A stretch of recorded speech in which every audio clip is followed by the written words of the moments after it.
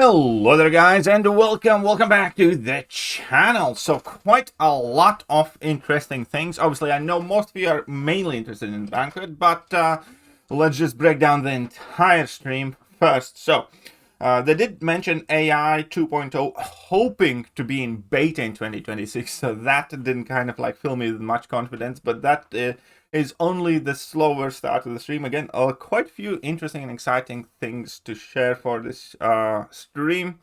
And then they kind of went over a lot of information that we already know about the things that are currently already happening in the game, including Deadpool's mini tour maze, the final egg objective that's live right now. I'll make a quick video on that afterwards. Then we have the Founders War incursions that we already knew. Thor Ragnarok rework is going to be available via Twitch drops. And the Twitch drops will work for all MCOC channels, at the very least in December on Twitch. So they did discuss that a bit. Effectively, we will be able to get Thor Ragnaroks from Twitch drops a few times over the course of the year, but it's going to be kind of like a collective effort, and you're going to have to do quite considerable amount of Twitch watching to do that. On the War Saga Champions, Big Thing returns. We know this one. Now, the next one, side quest, is called Taken, and it's going to be a 2-star meta event, and I kind of like that. Whenever we get a chance to flip out these little guys, it's kind of fun, it's kind of cool, especially because we do have some exclusive 2-stars now, as like those Adoptoids and whatnot, so maybe we're going to get a chance to mess around with those. We're going to start on December the 17th, it's going to go until January the 7th. Loyalty store cleanup. And over the course of next year, we will be consolidating several currencies as well. Look out for Dev Diary next month, but basically, you know, Battlegrounds tokens, glory, incursions, artifacts, stuff like that could be condensed in one, and that is awesome. That is long overdue. I like that. And yeah, but as far as Loyalty Crystal goes, they removed the timer on 7th Loyalty Crystal, which I think is a good thing, because that timer was way too long to begin with. And cleaning up some lower catalysts from it that haven't been updated in like 3 to 4 years. I don't think many people will have an issue with that, so nothing kind of like crazy there. Event quest update with some node cleanup. They still can't unlock Elder difficulty for Valiant players, but they're trying to clean up the nodes there. But again, they need to change the nodes altogether. The Elder difficulty is just tedious, and those nodes haven't been changed in like half a decade really, so I don't know. I don't really know if they can make the Elder's EQ work properly without, you know, some significant changes to it. Battlegrounds Season 35 vote is live right now. So you get to vote Victory Attack and Gladiator Circuit Week 1 and 2, and then Week 3 and 4 metas. I'm personally going to be voting for Invade and Kinetic Absorption, as well as Personal Space Regeneration and Root or Be Rooted. I think it could be fun. At the same time, you can pick your favorite ones, but again, I just there's something enjoyable about the regen reversal. I do like that a lot, and also the whole Invade Kinetic Absorption, you know, was quite fun. At least I found it quite fun. Let me know what you guys think, and those will be my votes there. You can head to the Discord to cast your vote. There's going to be a small collab with the Cosmic Invasion game that has been launching for Marvel recently. We can see that on December the 8th, so very soon, in 3 days. It's going to be basically just some profile pictures and whatnot, and so that's like a neat little thing. Coliseum is launching on December the 10th. And again, not everything's kind of clear with there, especially with the podium levels for me, but the base idea is that you beat the same champion over and over again, and they just get new health bars. No potions or revives allowed. Gain XP and level up your podiums. That is, again, the bit that kind of confuses me. 3 times rotating champion tags, so you will be encouraged to use specific tag champions. And it's obviously going to take prestige in consideration as well. But yeah, the base idea is that you beat the champions multiple times over and try and kind of like get your best score. As you can see, there's like 13 health bars. I believe that's quite a lot already. We'll see when it launches. I'm sure we're going to get a bit more information to break it down. I am quite excited about this. I do look forward to seeing how well or poorly this is going to work. But I think it could be cool. There will be different Coliseums. Again, the solo Coliseum is going to be coming in January. And then the Alliance Coliseum has additional elements, replaces Alliance Quest for that week, and is geared towards reaching the highest score with 5 different champions. And solo one is going to be obviously for yourself. There did look like quite significant amount of rewards associated with the Coliseum as well. Then Spider-Man's available trade-in, and also the bundles will be available on December the 11th, and Arena on December the 18th for the Mystic Spidey. Imperiosa, we do have the gameplay of Imperiosa. She works kind of a bit reverse. She starts with 75% of her power initially. You need to land a combo ending attack, intercept, or a heavy attack to unlock your specials, basically. And then you inflict the disintegration, and your level ones can refresh it. And that's how she looks. I'm gonna be honest, like, she looks cool. Animations look cool. Level 3 looks very, very cool. I'm not super impressed from the information and gameplay that I have seen so far. I'm not gonna make a comment on whether she's gonna be great or not, but I hope she is. I hope she works well, but I have to see more of her. I do like the way she looks, and I do like the animations and stuff, but I'm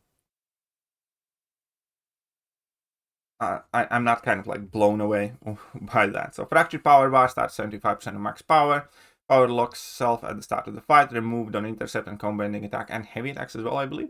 Immune to bleed, disintegrate, and power drain. Gains buffs dependent on the level of power.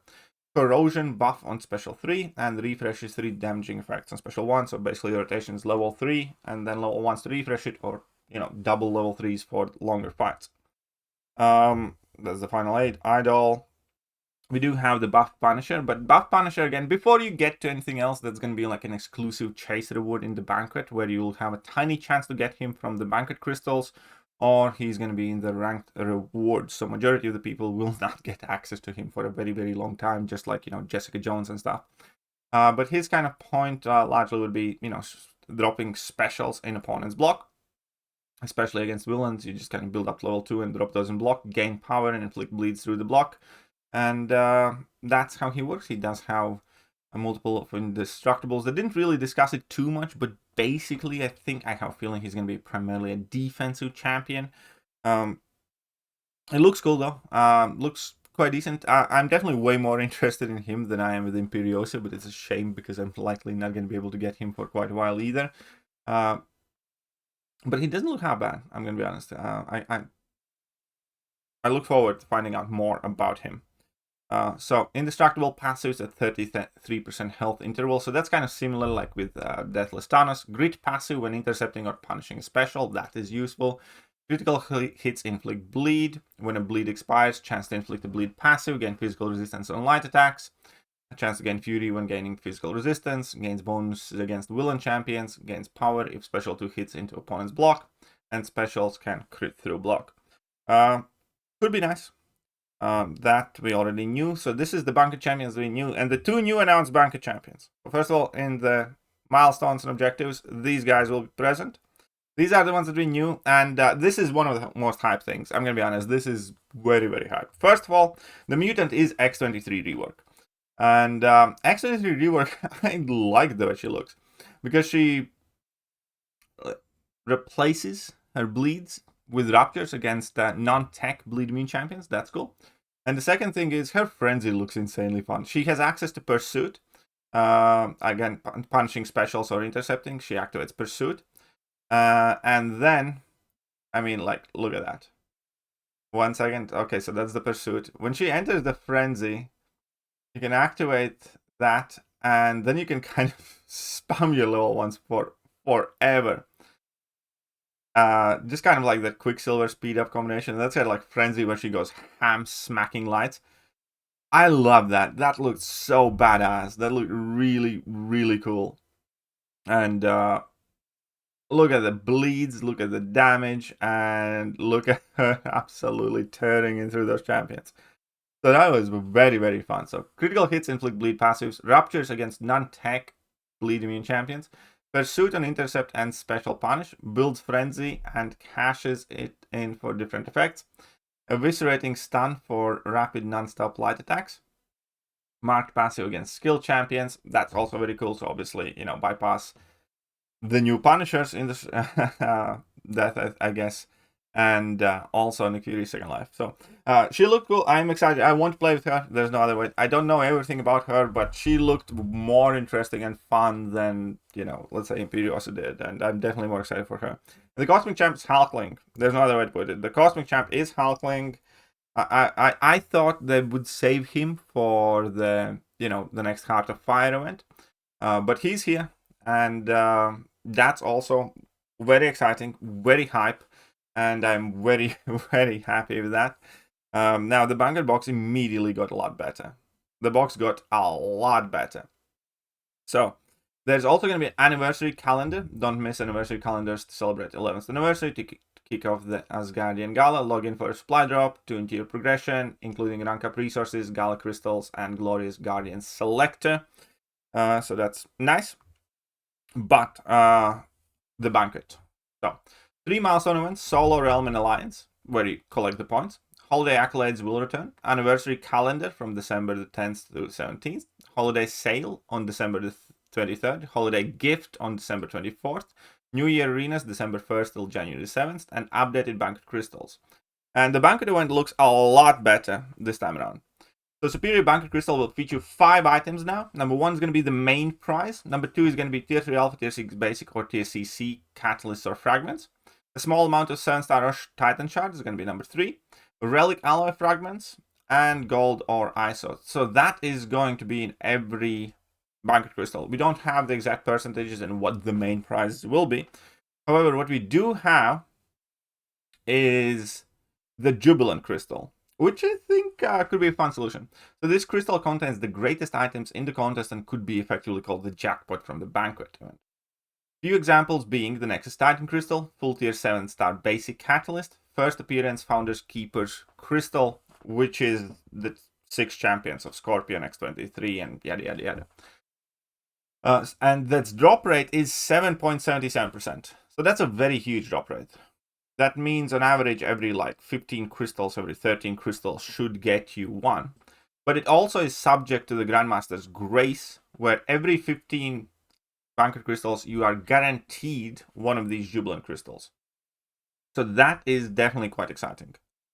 And that, again, introduces the pity system here, which means, you know, the event is a bit less RNG dependent. So that's nice. And last year's milestone events, again, they have kind of decreased the needed unit events. 50.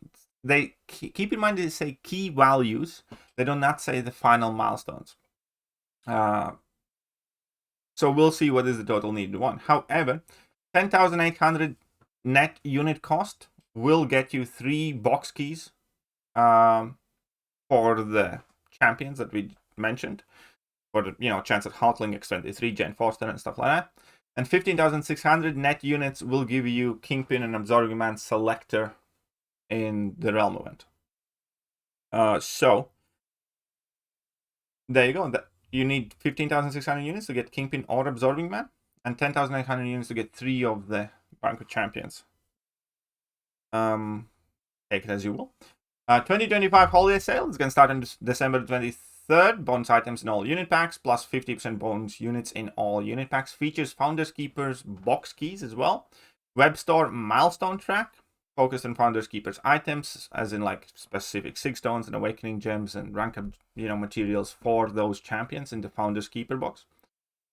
Kingpin and Absorbing Man selectors, and it's kind of be similar to London Super Scroll and Regal Revengers.